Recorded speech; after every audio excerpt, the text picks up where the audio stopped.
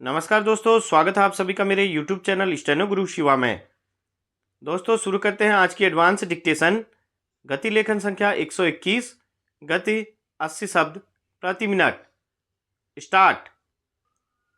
नागरिकों की पहचान का प्रामाणिक दस्तावेज किसे माना जाए, यह लंबे समय से विचार का विषय रहा है। इसी क्रम में अलग अलग दस्तावेजों को वैधानिक मान्यता दी गई, मगर उसमें उलझन फिर भी यह बनी रही कि अपनी पहचान साबित करने के लिए लोगों को एक साथ कई दस्तावेज प्रस्तुत करने पड़ते थे। ऐसे में तय हुआ कि क्यों न कोई ऐसा दस्तावेज लागू किया जाए जो अंतिम रूप से व्यक्ति की पहचान प्रमाणित करता हो। इसी सोच के साथ आधार पहचान पत्र शुरू किया गया, मगर यह विवादों में घिर गया और उसे व्यक्ति के पहचान का प्रमाण पत्र नहीं माना जा सका।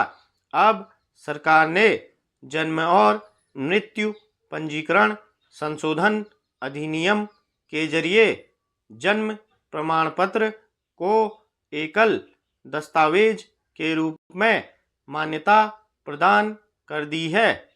इस तरह लोग विभिन्न आवेदनों के साथ अलग अलग दस्तावेज लगाने के बजाय केवल जन्म प्रमाण पत्र नथी कर सकेंगे। निश्चित रूप से यह बड़ी राहत की बात है। अभी तक बच्चों का दाखिला कराने, विवाह पंजीकरण, मोटर वाहन चलाने के लिए लाइसेंस लेने, पासपोर्ट आदि बनवाने के लिए अलग अलग दस्तावेज लगाने पड़ते थे। मसलन जन्मतिथि प्रमाणित करने के लिए अलग दस्तावेज, घर का पता प्रमाणित करने के लिए अलग दस्तावेज लगाना पड़ता था। इन सबके साथ आधार पहचान पत्र भी नथी करना जरूरी था।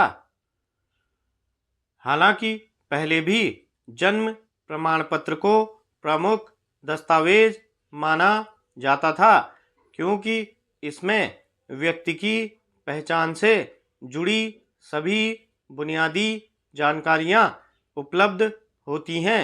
उसमें जन्मतिथि, जन्म स्थान और माता पिता की पहचान दर्ज होती है, मगर उसमें दिक्कत यह आती थी कि ग्रामीण परिवेश में रहने वाले लोगों के पास जन्म प्रमाण पत्र की सुविधा नहीं थी।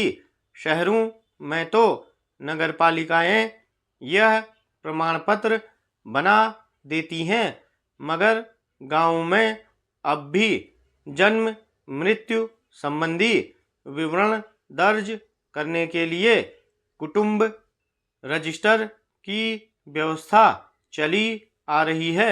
वह कितना अद्यतन होता है दावा नहीं किया जा सकता। अगर किसी व्यक्ति को जन्म प्रमाण पत्र की जरूरत होती है तो ग्राम प्रधान या सरपंच एक कागज पर लिखकर दे देता है।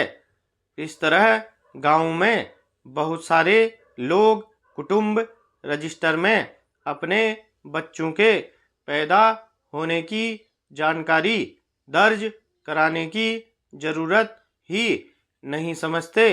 फिर जिन लोगों के नाम उसमें दर्ज होते भी हैं, वे जन्म प्रमाण पत्र को जरूरी दस्तावेज के रूप में संभालकर नहीं रखते।